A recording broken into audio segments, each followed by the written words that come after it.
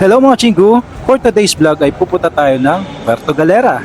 From South Terminal Alabang to Batangas Port ay kami ay bumiyahe ng 2 hours.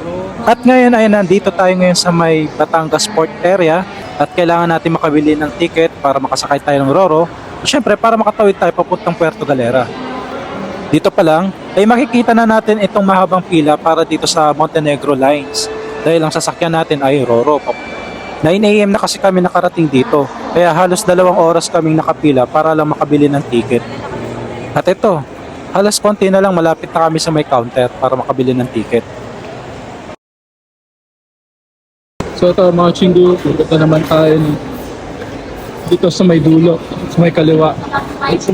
Magbabayad tayo ng terminal fee. Kailangan may ticket ka muna bago magbayad ng terminal fee. At pagkatapos natin makapagbayad ng terminal fee, yan naman yung marireceive nating ticket para makapasok tayo sa entrance sa waiting area. At pagkatapos naman kumain dito, ay dediretso naman kami sa may entrance, doon sa may waiting area. At ito naman ang kanilang waiting area. Dito naman kami nagantay hanggang sa tawagin yung pangalan ng Roro na aming sasakyan. Hey, let's go! Bitch! Go!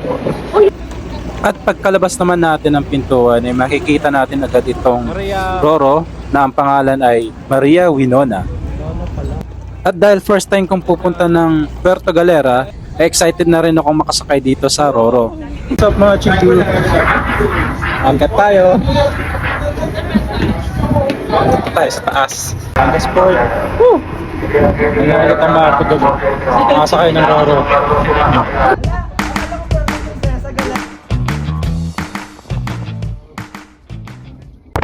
Matatanaw din natin itong Monte Maria dito sa may Batangas. At sa kabilang side naman ay makikita natin itong Bauan, Talaga Port at Mabini, Batangas. Sa sobrang lakas ng hangin ay nagtatayuan ng mga buko. At sa wakas mga Chingu, natatanaw na natin itong Mindoro Island dito sa may Puerto Galera. Siyempre, matatanaw din natin itong mga windmill.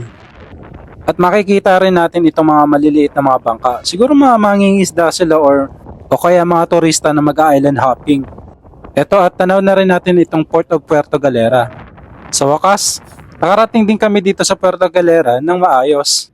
At bago kami maka-exit dito, ay nagbayad muna kami ng environmental fee na 120 pesos. Dito naman ay nagantay kami ng tricycle para makapunta kami sa White Beach. Bale, 50 pesos pa lang pamasahe dito per head sa tricycle.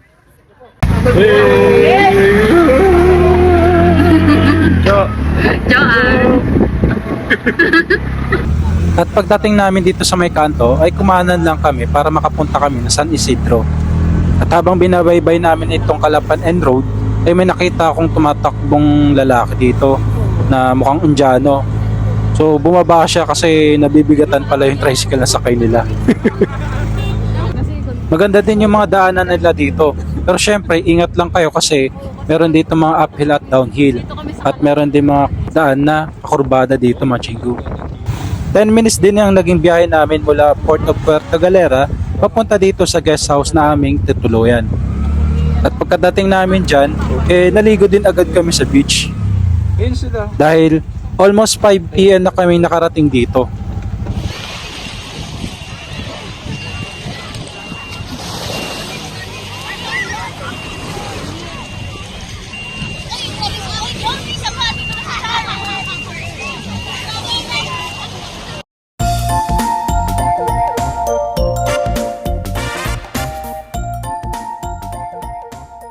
The next day.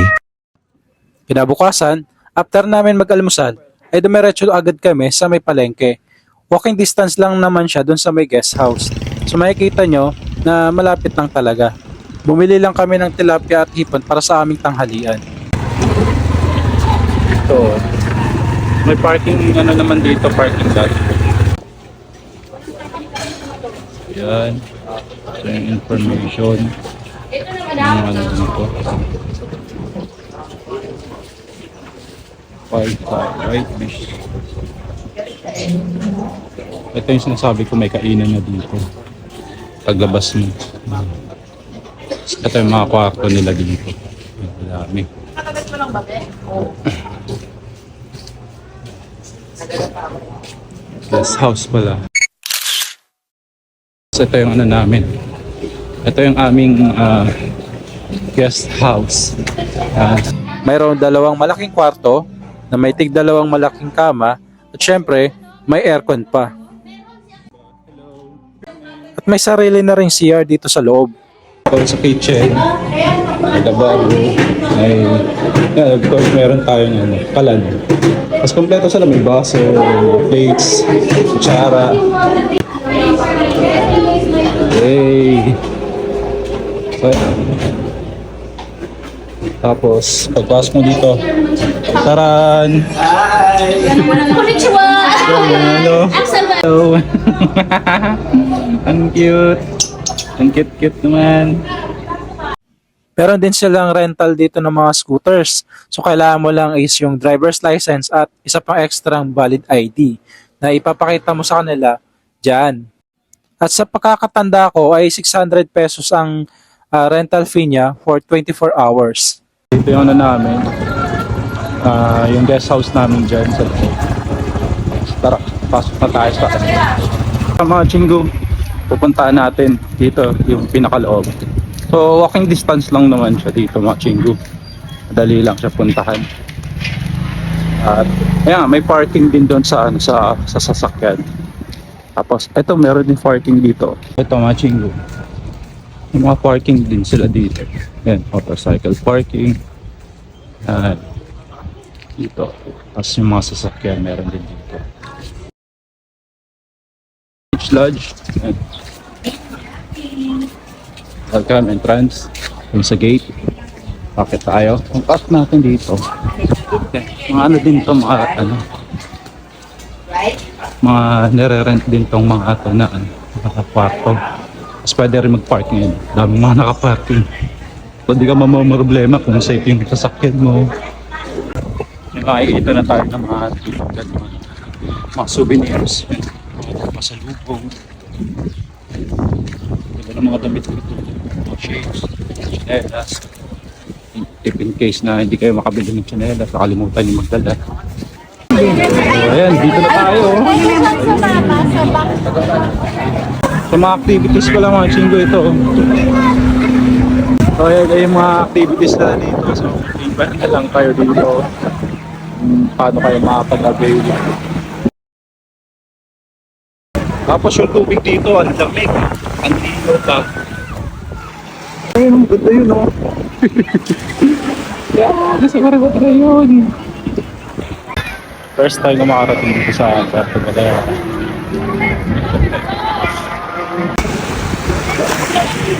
Oh, lamig! Ang lamig ng tubig! Hindi siya masakit sa tayo. Okay, let's go. Ingat! Ngayon naman mga chinggo, dito tayo. Lahat na tayo dito sa may dulo. Tingnan natin yung mga restaurants dito. Tara!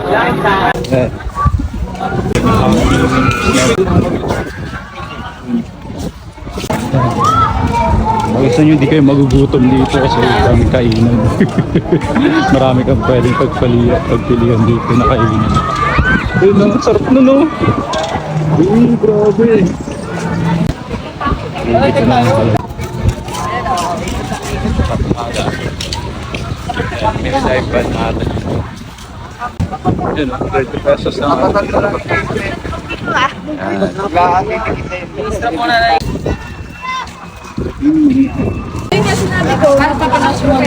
Jam house.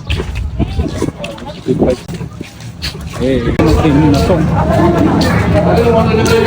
Kailan to eh.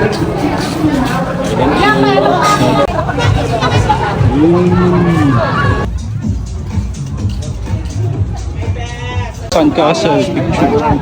So, bali dalawa pala itong mga tinggo. Isa lang yung nandoon. Tapos meron din dito. Sandcastle picture. Pabili po ulit. Paggabi 40 lang po. Strawberry naman po sa akin. So guys, mga yan, no? Strawberry siya at saka mango. Fresh mango daw yan. Yeah. So hanapin nyo na lang si ate dito. Opo. Ate Wena Ice Scramble Ayan, po. ate Wena daw po. May pangalan po. Diba, ito mga chinggo. Ito na yung masarap yun nilang strawberry nila. Ice crumble.